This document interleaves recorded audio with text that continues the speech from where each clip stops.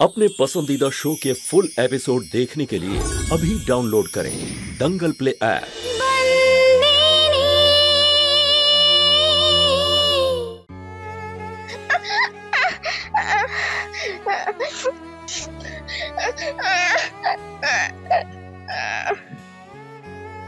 বলো কি হয়েছে?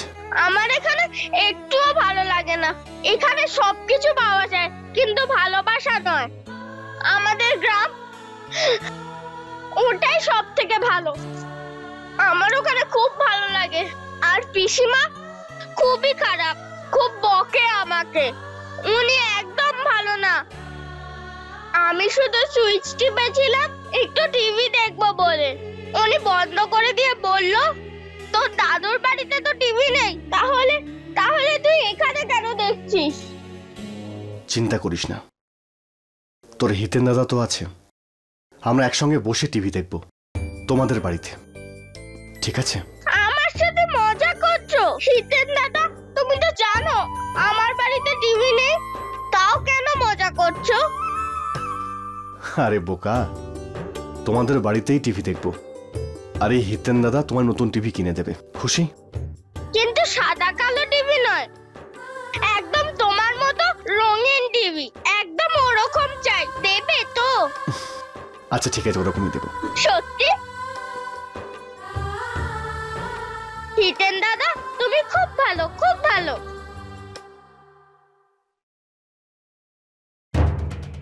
জল মাথার উপর চড়ে যাচ্ছে। প্রথমে ওই সন্তু, আজ ওই মঙ্গির জন্য হিতেন আমার মুখে মুখে এভাবে কথা বলল।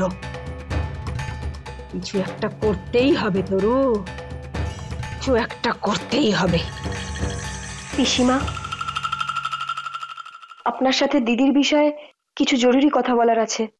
এখন আমার মাথাটা ভীষণ গরম আছে, আর এখন আমি তোর ওই বদমাস বোনের ব্যাপারে কথা বলে আমার মাথাটা আর বেশি খারাপ করতে চাই না। পিসিমা, আপনি যা বলছেন তা কিন্তু নয়, আপনি ভুল ভাবছেন।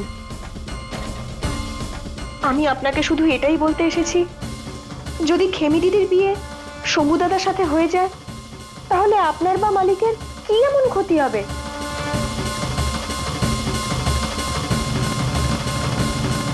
পিসিমা, আমার দিদি মাঙ্গলিক, ওনার বিয়ে হওয়াটা খুব মুশকিলের।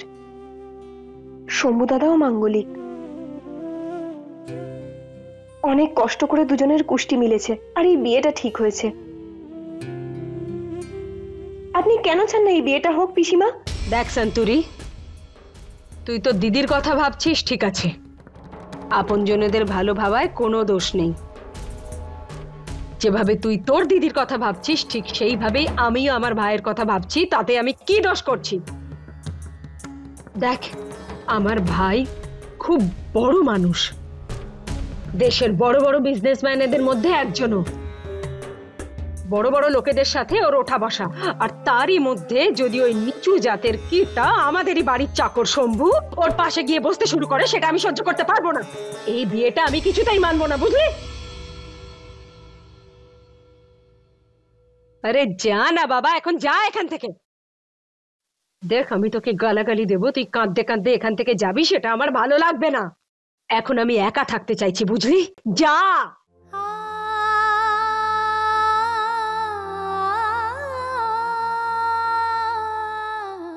এই শোন, কাল ভাই ফিরে আসছে, আর ও ফিরে আসার পরে তোর এই আরশোলা বোনটা আছে না মঙ্গি, ওকে এ বাড়ি থেকে বের করিস। এখানে আমি নিচু জাতের লোকেদের আশ্রম খুলতে চাই না, বুঝলি? যা, এবার দয়া করে বেরো এখান থেকে।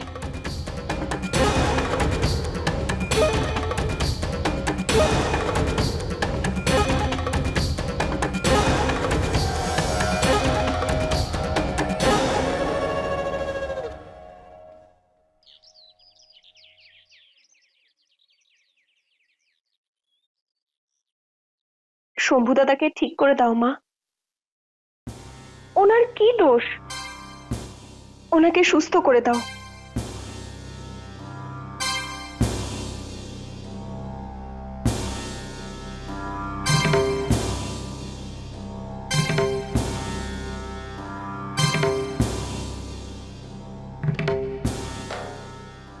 এই মেয়ে শুনছো?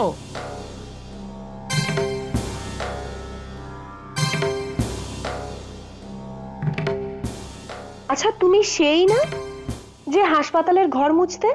হ্যাঁ, তুই সেই না যে আমার কাজ নষ্ট করেছিলি? কিন্তু আপনি এখানে? কিন্তু তুমি এখানে কিসের জন্য এসেছো? তরুলতা মাহিয়া বংশীর সঙ্গে দেখা করতে। তুমি এখানেই দাঁড়াও, আমি পিসিমাকে বলে আসছি।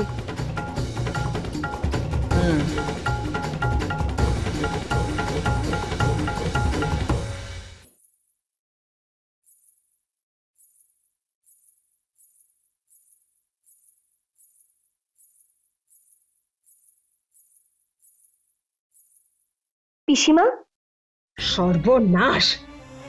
যখনই আমি সিন্ধুকের কাছে আসি তখনই এসে হাজির হয়। কি হয়েছে? আপনার সাথে কেউ দেখা করতে এসেছে। আরে বুদ্ধু, কে কোথা থেকে এসেছে, নাম ঠিকানা কিছু জেনেছিস? না। না, আসল কাজের সময় একটা কাজও করতে পারবেন না উনি। আরে ধর্মপুরের মহারানী, যা যা গিয়ে নামটা জেনে আয়।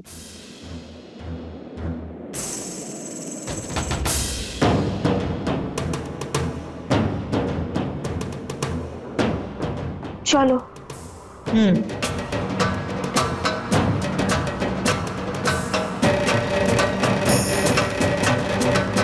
জয় শ্রীকৃষ্ণ।